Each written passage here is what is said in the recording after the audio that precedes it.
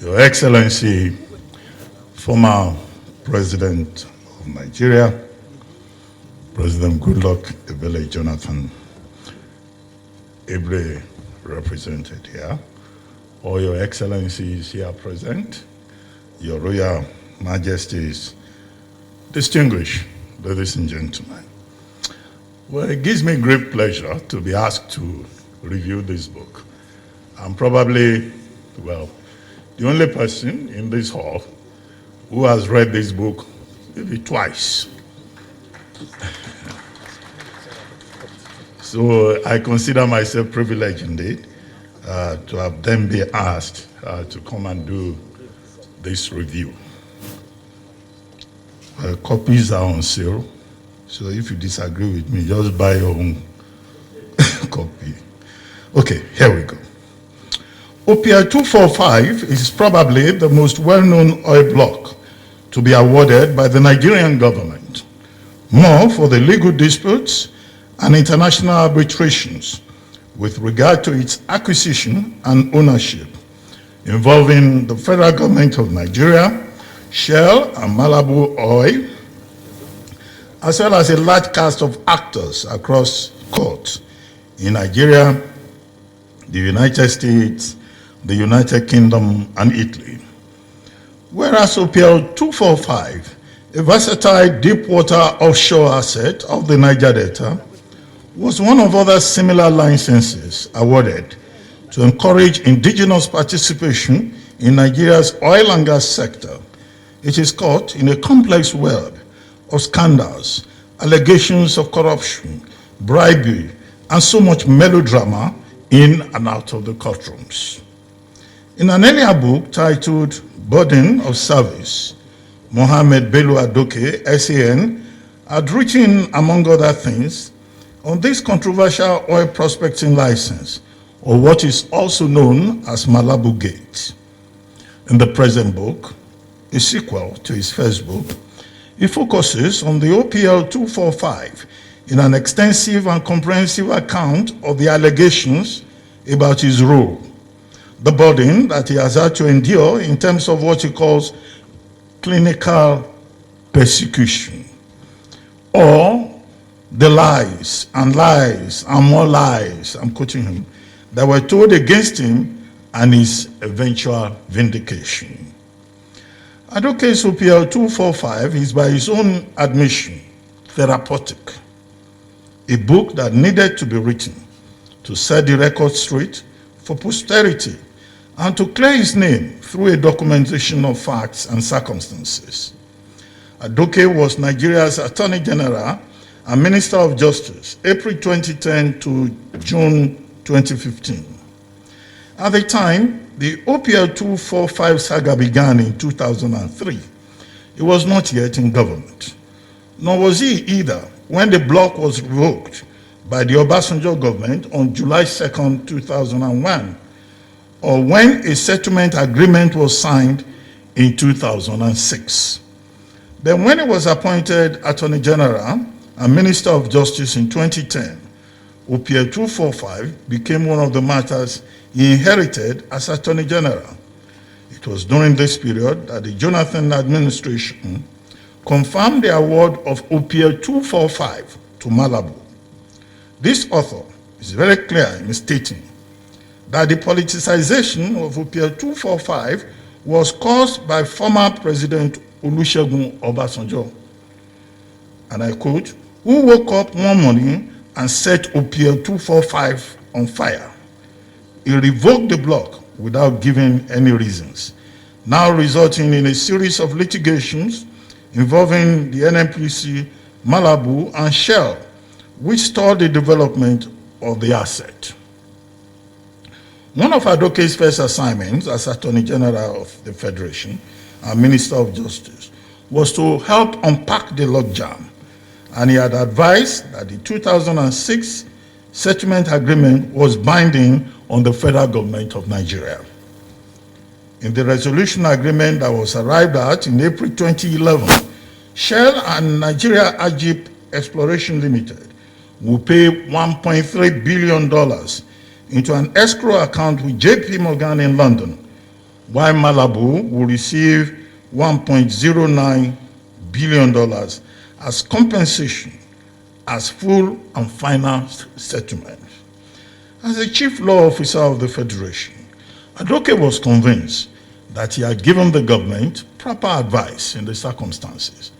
This book is about the twists and turns that he will have to deal with later.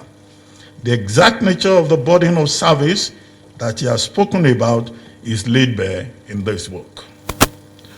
On May 29, 2015, after the Jonathan administration had left office and the Muhammadu Buhari administration had been sworn in, Adoke said he received messages from those in the know that he was going to be hounded by the new government. He was in fact advised to leave town. He heeded the advice, but more specifically to proceed for further studies at the University of Leiden in the Netherlands. His travails soon began. He was accused of taking a bribe of 300 million naira, $2.2 million at the time, from the OPL 245 agreement, or another 801 million, then cases of money laundering and abuse of office. Adoke insists on his innocence. Nonetheless, he remained in exile from May 29, 2015 to December 19, 2019. In between, the Economic and Financial Crimes Commission filed cases against him in court. His name was mentioned in legal disputes in Italy, the US, and the UK. His apartment was raided in the Netherlands. His houses were searched in Nigeria. A warrant of arrest was issued against him internationally, leading to his arrest and detention for 35 days by Interpol in Dubai, UAE. And upon his return to Nigeria, he spent another 55 days in EFCC detention. He was even interrogated over the PNID matter, and it was not until April 2024 that he was fully cleared of all allegations of wrongdoing in Nigerian courts, resulting in his vindication. Thus, he has had to suffer for about 8 years with threats to his life and well-being. As he puts it, now I quote him, he says, when President Muhammadu Buhari came to power in 2015, he chose to come after me.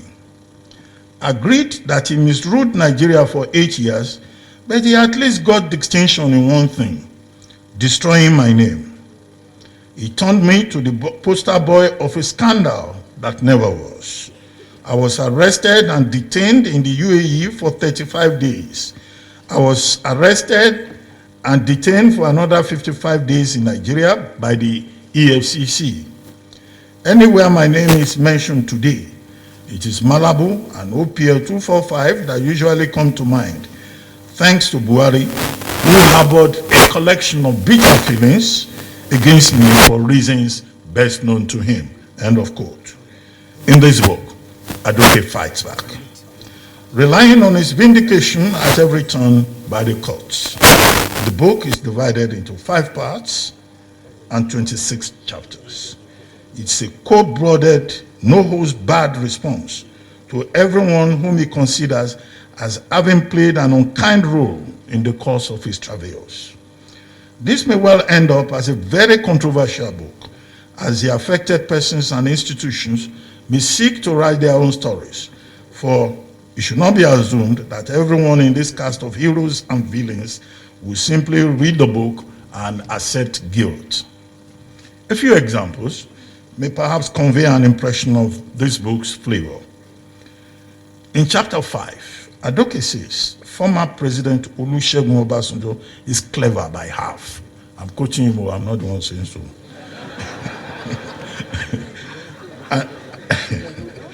And that he owes Nigerians an apology for blatantly lying. Another quote. He says, and I quote again, Obasanjo failed the ultimate leadership test in the matter of OPL 245. He adds that, and I quote, it was disingenuous of Obasanjo to have tried to distort historical facts. On President Buhari, he observes that he, Buhari, was driven by vengeance. Vengeance for the Abacha family. He believed that was unfair to the Abachas in the OPL 245 deal. Having established what he calls intrigue and vendetta in the first part of the book, part 2, titled A Den of the Famous, is a systematic squaring of those he considers his traducers, namely President Muhammadu Buhari, a friend and defender of the Abacha family, Professor John Padden, author, he says, of the shabby biography of Muhammadu Buhari, Mohammed Sani or Mohammed Abacha, who claims he owns 50% of Malibu, which he did not pay for, and yet wanted a cut from the Malibu windfall. Others, who seem to have been part of the grand conspiracy against Adoke, include Professor Yemi Osinbajo and his lawyer friend Olabode Johnson, whose firm, and I quote, whose firm and partners were targeting a commission of between 5 and 35%. Mr. Abubakar Malami, Adoke's successor as AGF, UK-based Global Witness, an Italian prosecutor called Fabio Do Pasquale, Header Resource Center, a Nigerian NGO working with Global Witness, Mr. Rislanuddin Mohammed, who lied, Sahara Reporter, which Adoke calls an anything goes website, and Premium Times newspaper, all involved in character assassination and the mudslinging agenda. Chapter 8, titled The Ruthless Enforcer, is a detailed review of the role of the EFCC under Mr. Ibrahim Magu in the author's travails, what he calls the Magu pandemic. One EFCC prosecutor, Mr. Balasanga, is even dismissed as one low-life, miserable person. Adoke does not pull his punches. Large portions of this book must have been written in a fit of anger. Professor Yemi Osinbajo is labeled the conflicted Mr. Clean, that's another quote, who likes to be seen as the epitome of transparency, honesty, and accountability. Abubakar Malami is called a betrayer and a viper. The whole of chapter 10 is devoted to the antics of Malami.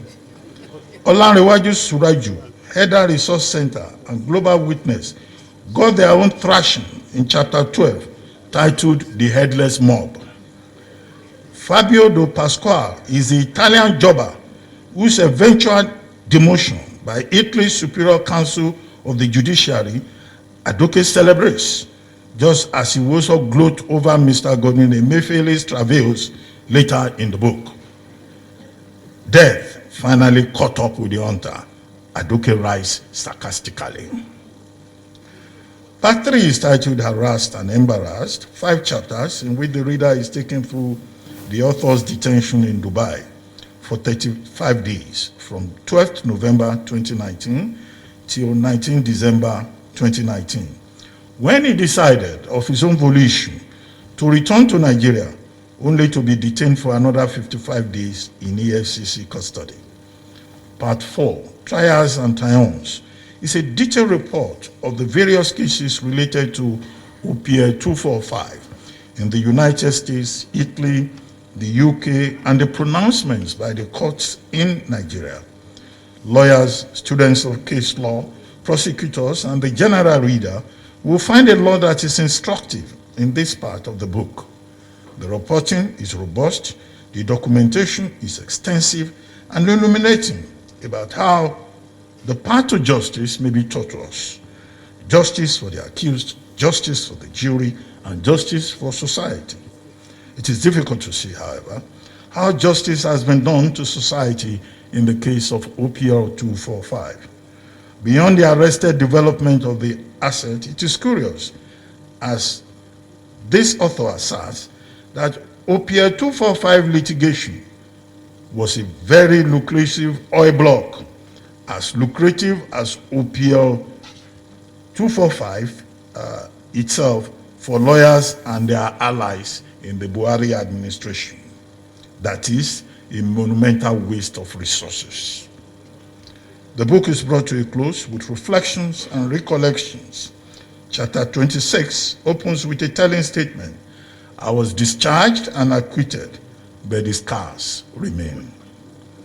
And this is perhaps understandable given the picture of man's wickedness to man that Adoke paints, to rise to an extreme position of being the chief law officer of the Federation, only to be humiliated by, I quote again, a desperate, vicious, and ruthless government. Adoke's description of Buhari's government.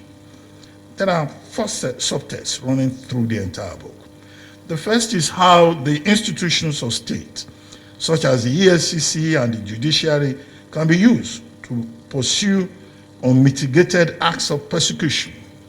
The second is the fickleness of the human mind and this deep-seated hatred that some nurse in their minds. The third subtext is the use and abuse of the media. And the fourth is how the treatment that people like Adoke who serve in government receive discourages many other public-minded, public-spirited persons from serving their country. Over 12 years of litigation upon litigation over OPL 245 further raises questions about the quality of leadership in Nigeria. And so Adoke asks, who truly shall change Nigeria between Adoke and Buhari? Readers of this book may well find answers within its pages.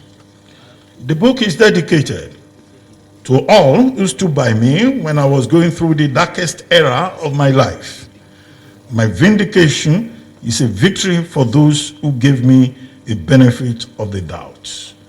This will include Ibrahim Lamode, chairman of the EFCC, who was relieved of his position a day after he insisted that Adoke was innocent.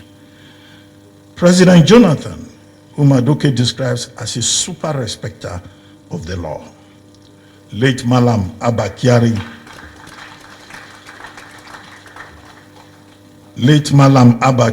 Chief of Staff to Buhari, Ambassador Baba Kamara, the legal team led by Chief Akanu Agabi, SAN, as well as true friends and relatives. The book ends on a note of thanksgiving as the author chooses to pray. I quote, "The Almighty, to whom all glory belongs, will reward every single person who stood by me." End of quote.